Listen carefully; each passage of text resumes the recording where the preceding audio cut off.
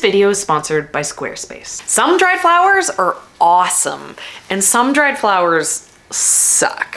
I love dried flowers. I love dried flowers so much that I have an entire room filled to the brim with dried flowers, which you would think makes me crazy, but it doesn't. Because the thing that makes me crazy is that I currently have 2 rooms full of dried flowers, and that is too many dried flowers. And I also have dried flowers in here, and I also have dried flowers in here. Basically, I have too many dried flowers. One thing you can never have too much of is kittens. Right, Nugget? Here on Red Roof Family Farm, we're just finishing up our 5th year of farming. We began as a mixed veggie and flower farm, but over the last 2 years, we've been selling exclusively flowers at a roadside stand on our property and also down at the farmer's market. And every year I dry flowers because it feels like such a waste when you have them left over to just not save them. And every year I hoard them into this building and I save them up and I save them up planning on doing something with them. And I always have some that turn out really good and some problems. So I'm gonna go over my successes and my failures in dried flowers for 2023, and maybe if you have a dried flower addiction too, you can get a few tips. Last year, one of my biggest lessons with dried flowers is that I shouldn't be saving everything. This year, I went into my flower season with the plan to only save the best. And clearly, because I have 2 full rooms of dried flowers, I didn't really succeed. I would say that is my first failure of the year. I just have too many dried flowers. I started out the season very strong, very honest. I was throwing lots of flowers that didn't get used into the compost. I said to myself, no, we're only gonna save status, we're only gonna save straw flowers, we're only gonna save the best stuff. But this rack right here is a great representation of my failures. Some flowers do not dry well. And after 5 years of experimenting, I know what does and doesn't. But despite that, it's so easy for me to just grab flowers and hang them up here to dry that I started drying some of the things I knew I shouldn't. A great example is this cluster right here. This is Cosmos. And you know, if you want to see dried flowers that just look like dead flowers, Cosmos are a pretty good example. I think my thinking when doing this was that maybe I would save the petals for a petal mix. And you know, I like dead flowers, so I do like the look of it, but I know better than to do this. Another one that, you know, I use them. They do have a purpose, but I only need so many, and I have like boxes stored away, is zinnias. When you hang them upside down to dry, you know, they make these cute little pom-poms, but they aren't the best dried flowers you can get. I like them as a secondary flower, but you know, what you really want to be doing is stuff that looks a lot more similar to when it's fresh. Here is some yarrow and some straw flowers. These, you know, great examples of what dries properly. You know, when you compare them, you know, this is interesting. This is more traditionally beautiful. So I have some stuff that I need to get rid of. This table behind me is another failure of the year. This is a beautiful lime millet grass that I love, and I also really like it dried. After 5 years of drying flowers, what I know is that you have to harvest it at the right time. Often to dry the flowers, to get them to be at their prime, you have to harvest them, you know, even earlier than when you harvest them for fresh flowers. You got to make sure that They still have their green color if you want them to dry green. And these were just a little bit more mature than they should have been when I harvested them to dry. So they are still usable, but it would have been a lot more useful for me to have an entire table full of green millet. There's only so much I can do with this golden brown millet. I love this color palette, but it's not quite as interesting to my customers. Another, what, feels a little bit like a success, but is also a failure, is my winged everlasting. This is a really beautiful dried flower. They're like a mini straw flower, very formal. This is very interesting for florists when it's fresh, and it looks gorgeous in dried flower bouquets. I've tried to grow this successfully for a couple years now and have failed. This year I had a patch of it. It grew really well. I had lots of stems, but same as that grass, this is what it's supposed to look like when you pick it at the right stage. And often I was picking it just a little bit too late. So a lot of brown, a lot of discoloring, not that perfect, beautiful dried. I still like this and I can still like pick out bits and pieces that I can use. This isn't completely useless to me, but I do need to do better on harvesting times for a bunch of my dried flower crops this year. I just finished up my Christmas craft fair season. We make these Christmas ornaments that are filled with statice and straw flowers, and they're quite popular. And so I have stacks and stacks of them behind me because I made a lot more than we were able to sell. And I was really happy with these. I went into the year planning to grow statice, straw flowers specifically for these ornaments, specifically for these products, and I feel like I did pretty good on it, but there's some successes and failures in this too. We grew the straw flowers in a completely different way this year, and I've been really happy with it. In the past, we grow them, we cut the stems, we use them fresh, and then we hang them upside down to dry, and then we get left with bunches of straw flowers like this. The only thing is this entire Rubbermaid full of flowers is actually only a fraction of how many flowers I have in these trays. Because storage is one of the biggest problems that we identified with the dried flowers last year, this is really improving. This is now how we store, 100 straw flowers instead of this, and this makes, our life a lot easier. The other great thing about them storing like this is as long as these are in a dark, cool place with no humidity, they can keep for years and years without degrading at all. So this year we grew, multiple years worth of dried straw flowers here on the farm. It's a lot easier to grow things 1,000 at a time instead of 100 at a time. And next year we won't have to do this again. We're gonna have lots and lots that are gonna be available for us, for the next few years. So when it comes to the ornaments, straw flowers, a success. A major win. I'm really excited about how we're going to be managing straw flowers going into the future. But the other ingredient, statice, not so much. We have had so much statice every year.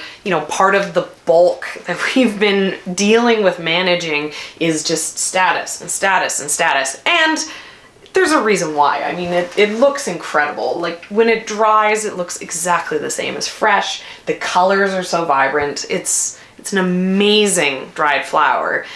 But what I didn't realize is how much statice those Christmas ornaments that we've been making actually hold. We had, 5-gallon buckets of statice flowers that we had broken off of the stems, saved up from last year, and we've gone through all of that. And then this rack was the only statice that I saved.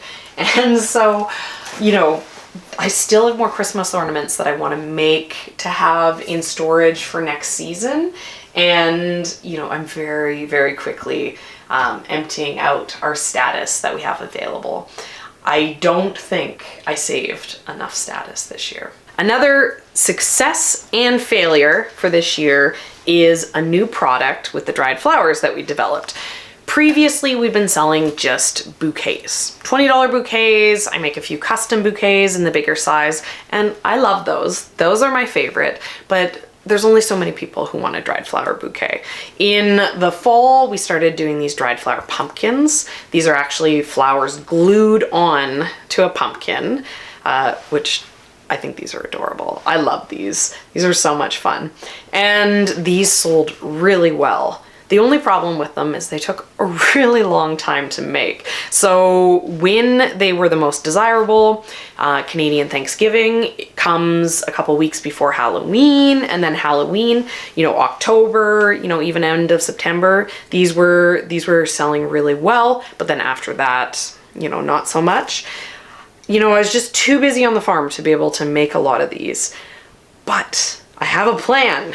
My plan is, so this is the pumpkin with it all glued on, but I can actually make these ahead of time and save myself a lot of labor during the season, during this off season. One of the best things about dried flowers is that they are a non-perishable product. So if I can prep up my pumpkins over the winter by making a piece that is completely separate, come fall next year, all I have to do is buy my pumpkins, give them a wash, and then just glue on the dried flower piece, and I'm ready to go. Quickly, easily, if I'm able to make 100 of these, in a short amount of time, I could probably sell a lot more dried flowers. Plus I have all those straw flowers to use up. One of my favorite things about the dried flowers is just kind of like the experimenting aspect of it. It feels like magic. You hang them up and they transform. And so a few years ago, we got some silica sand, and every year when, I have like an hour, we experiment with it a little bit, but I usually forget about them and I don't unload them until the season's done. So we loaded up a bunch of the zinnias into the silica this year, and then we recently opened them up, and they look just like so fun. We did it in the week when the zinnias were kind of like at their peak, some of like the biggest, most beautiful zinnias on the farm. And they're just fascinating to me, like what they look like. We don't do wreaths with the dried flowers here just because it takes a lot of flowers and it takes a lot of time, and it just hasn't been our focus. But with stuff like this, there's just so many different things that we could use them for. It's fun for me to think what I could experiment with. Here's some of the zowies. They're really fun. You can like glue them onto stuff, or we could wire them, to give them a stem. There's a lot of stuff that we could do with these. And, the zinnias I knew were gonna do well, but check out these glads. I love these. They remind me of like a hibiscus. They just look so tropical. And these are completely dry. They're very fragile, but yeah, they'll keep like this pretty good. So it's kind of fun, like maybe on a hat or like a hairpiece. Did you calling this a win? This I feel is a success. Seeing these this year, I'm excited about what other products we can do. And I know that when we were at our Christmas craft fairs, there's a lot of these resin artists who specifically were looking for stuff like this.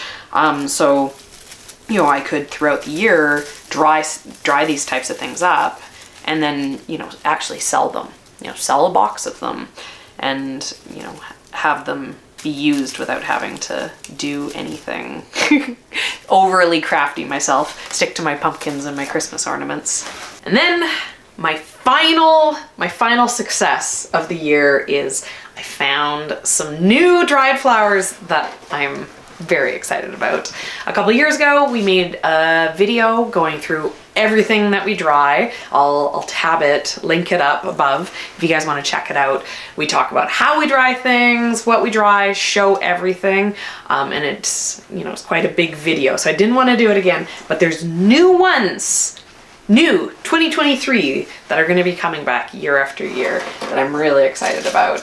The first one, which is kind of a failure because this is green. So these are bells of Ireland, and you know, they're bright and green. The one thing about dried flowers is it's really hard to get greens to keep. The color's very like photosensitive, so a lot of them dry and then slowly fade into this tan color. And the bells of Ireland is like, it fades especially quickly. This, by the time it was dry, it was tan. Never was green, but I really like it, even in this color. And we were using them, you know, on the pumpkins. This is a good example, right? We popped off the bells. We just used the single bells.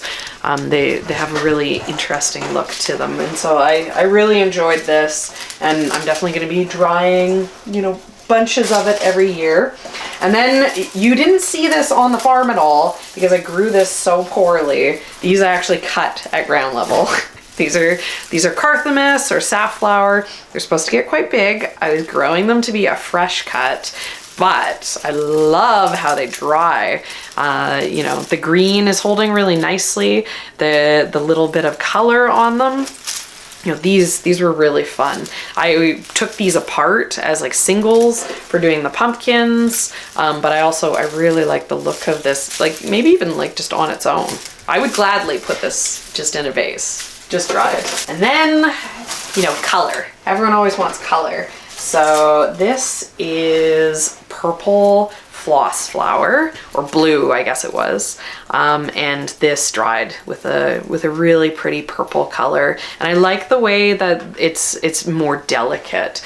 You know, we have this kind of a look in the status, but this is definitely a lot more feminine, a lot more delicate, a lot more gentle. So this, you know, I almost like this better dried than fresh, and I liked it a lot fresh.